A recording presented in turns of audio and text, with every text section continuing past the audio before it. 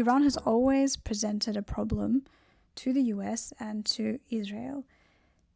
Part of the reason is because Iran is an autonomous country, so it sees itself as a sovereign state and it acts like a sovereign state, meaning that it will not allow itself to be occupied, to be taken over, and it is stubborn when it comes to its partnerships. It is stubborn when it comes to who it will have diplomatic relationships with and trade relationships with. So as much as the US has been determined in cutting off Iran or cutting Iran off from the rest of the world by trying to block its trade, by trying to weaken its currency, Iran is also stubborn with the US. Iran will also not trade with the US.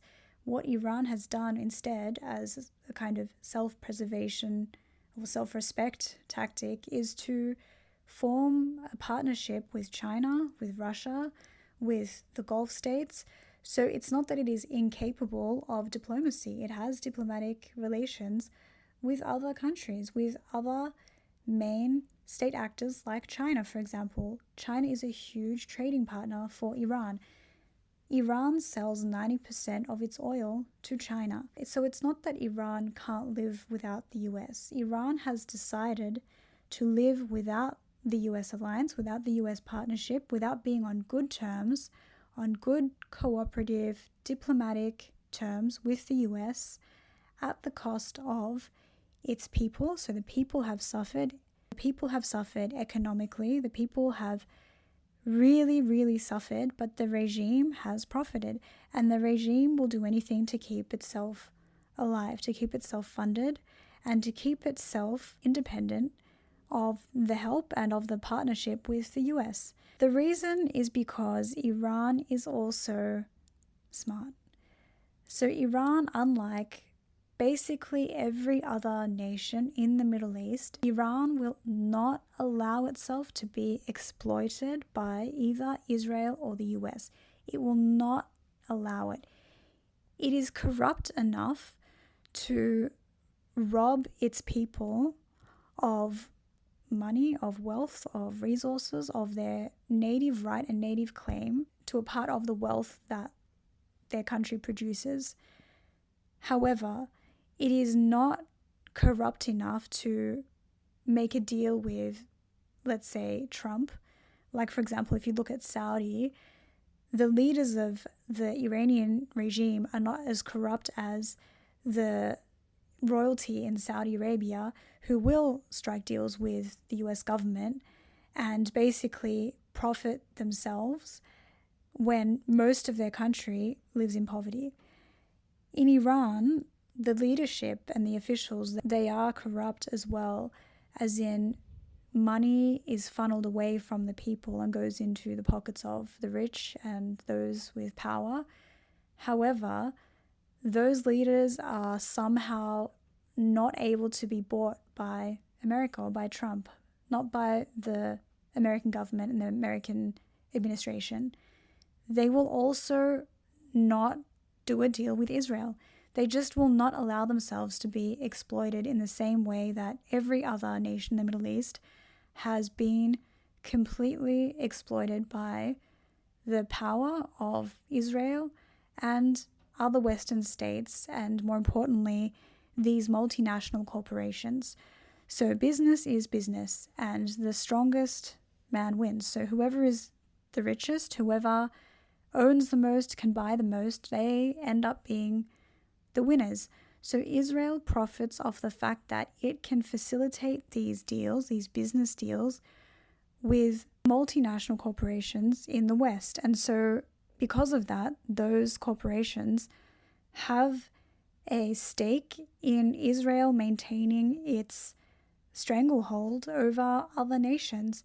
So the fact that Israel not only profits and has become the wealthier country in that region, it also completely exploits its neighbors. So it's not that they are all profiting together. It's not like they're all getting rich together. Israel is profiting at the cost of its neighbors.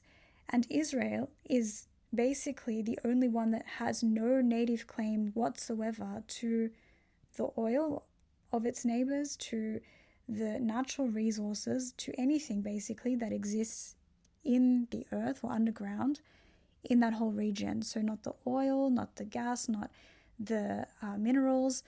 What Israel does have is its own technology, its own innovation, its own military, its own. So really, it has such sophisticated military and intelligence technology, processes, all of that, the systems that Israel has developed, and also obviously banking and finance. And this is where it becomes easier to understand what is happening in Iran. Iran has always been a problem for Israel because Iran will not cooperate with them. You can say that it is because they are ideologically in opposition to each other, because Israel is Jewish and Iran is Iranian. You could say that. And to some extent, it's probably true. But again, when you're looking at political alliances, this is all about strategy. It's about what are your strategic interests. Israel needs something from the Muslim world, which is their compliance, which is their subservience, basically. It needs them to be obedient and yield to Israel's power, wealth and power, and not become a problem, not resist, basically, not resist becoming exploited, because Israel needs what they have. Israel needs whatever it is that is in the Muslim world, which in this case is natural resources. But the Muslim world wants its own autonomy. They want to be able to survive. When you give people when you take their livelihoods away, you rob them of their ability to survive. You rob them of the ability to live and to feed and clothe and house their own families and their children. And you rob them of the ability for their children to do the same and for that to continue on generation to generation. So not only do they not get richer from one generation to the next, they are being wiped out or obliterated basically from one generation to the next. They have less land, they have less rights, they have less autonomy, they have less freedoms, they have less of everything, because Israel has this plan to, you could say eventually wipe them out, but the point is that for as long as those territories belong to someone else, to other countries, to other clans, to other ethnicities, ethnic groups, other people, that means that Israel does not have them, and that means that Israel does not have a right to them. So if Israel wants a part of that, they have to fight for it. They have to fight for it, they have to defend it, they have to hold on to it, or they have to own it. So if they just bought those countries, of course, it wouldn't be a problem. But what Israel does instead is it buys the production lines. It buys the production and supply chains and owns the whole production line, the whole supply chain, but not owns it outright. It splits ownership with its partners, splits ownership with whoever it has alliances with. So with Western governments, with corporations, with billionaires, with whoever is happy to continue to exploit anyone who is in the Muslim world. Iran is a problem to Israel because it is basically a roadblock. It blocks Israel's ability to completely take over exploitatively the region in which it is situated. So Israel, basically, its existence is about holding on to the dominance that it has over its immediate neighbors and over the region, because that is an existential threat to Israel, because it relies on the exploitation of not only the people, it relies on the complete exploitation of the land and the resources surrounding it.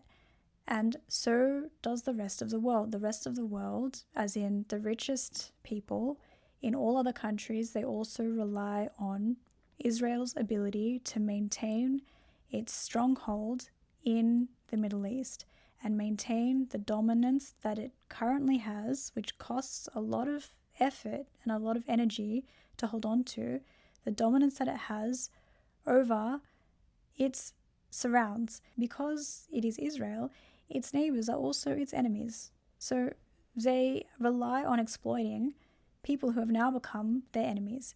And they are their enemies because with Israel, there is no room for those countries and the people in those countries to exist and continue generation after generation, continue living independently. They live in a way where they are enslaved economically to the needs of others, so to the needs of Israel and to the needs of the rest of the world, or basically the richest people in the richest parts of the world, because this supply chain, the supply and production chain of oil, of energy, that whole production chain, that is an industry. So the oil is just a resource, but the resource has become an industry, and someone can own that industry. An industry has owners, it has people who profit off it. An industry has winners and it also has losers, and that is essentially the crux of it. That is really the main point of what Israel continues to do and why the US goes along for the ride, because they both need each other. The US is different in its constraints because the US is what we would call a diplomatic country, meaning that it does not resort to warfare, it doesn't resort to illegally occupying other countries. The US, or traditionally the President of the United States, is not Putin. It's not someone who will annex another country. The President of the United States isn't a political figurehead who we think should be allowed to do that. So America is kind of bound by its own diplomatic relations, by its own history, by its own tradition of trying to be one of the good guys, meaning that you have to maintain international order. You can't just go and conquer another country.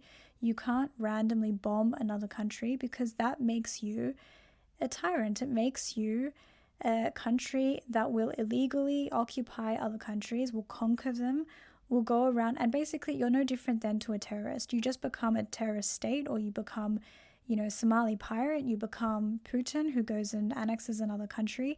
And the USA cannot do that. It can't do that and then still hope to enjoy diplomatic relations with every other country. It can't have global trade at all if it's going to start behaving like a country that goes around doing these things. So the US is a little bit bound by the way it self-identifies, but that's also a privilege. It is also what the US in this scenario, with this operation, what it brings to the table. So the US is kind of like good branding. It's kind of like good PR for an illegal war, for an illegal occupation, because what this would look like otherwise is Israel, trying to pull off another Gaza, another Palestine, where they are essentially the stronger power, the stronger military power, and it looks like they are bullying another nation, because Iran is at its lowest point, at its weakest point, and Israel knows this. The US knows this. This has become knowledge to the rest of the world, because it all reached a climax in December and in January, which again is not a coincidence. That was also part of the plan. So all of the pressure that had been put on Iran to basically get the regime to either yield, like capitulate, which, it's unlikely that they would have done that because there was nothing to give up. They still had, autonomy. The people were starving. The people, were suffering from famine and drought and electricity shortages and food shortages. And but the regime itself, the leaders, they still had power to some extent, and they still had escape routes. So putting more pressure on the government and on the people by cutting off their US dollars, that was intended to force them into kind of, I guess they could have at that point maybe formed a truce with the US or with Israel. I'm not sure that that was ever on the table, whether they were offered that. But what I think it was intended to do is to send a warning, to send a signal like, this is it. We're going to cut off your US dollars. We're going to cut off your money. And you're just going to have to wait and see Probably the regime wasn't anticipating an attack. I assume they were anticipating an attack from Israel because an attack had come 6 months earlier. But what they probably weren't reckoning with was that the US would go in as an alliance and go in as hard as what they did.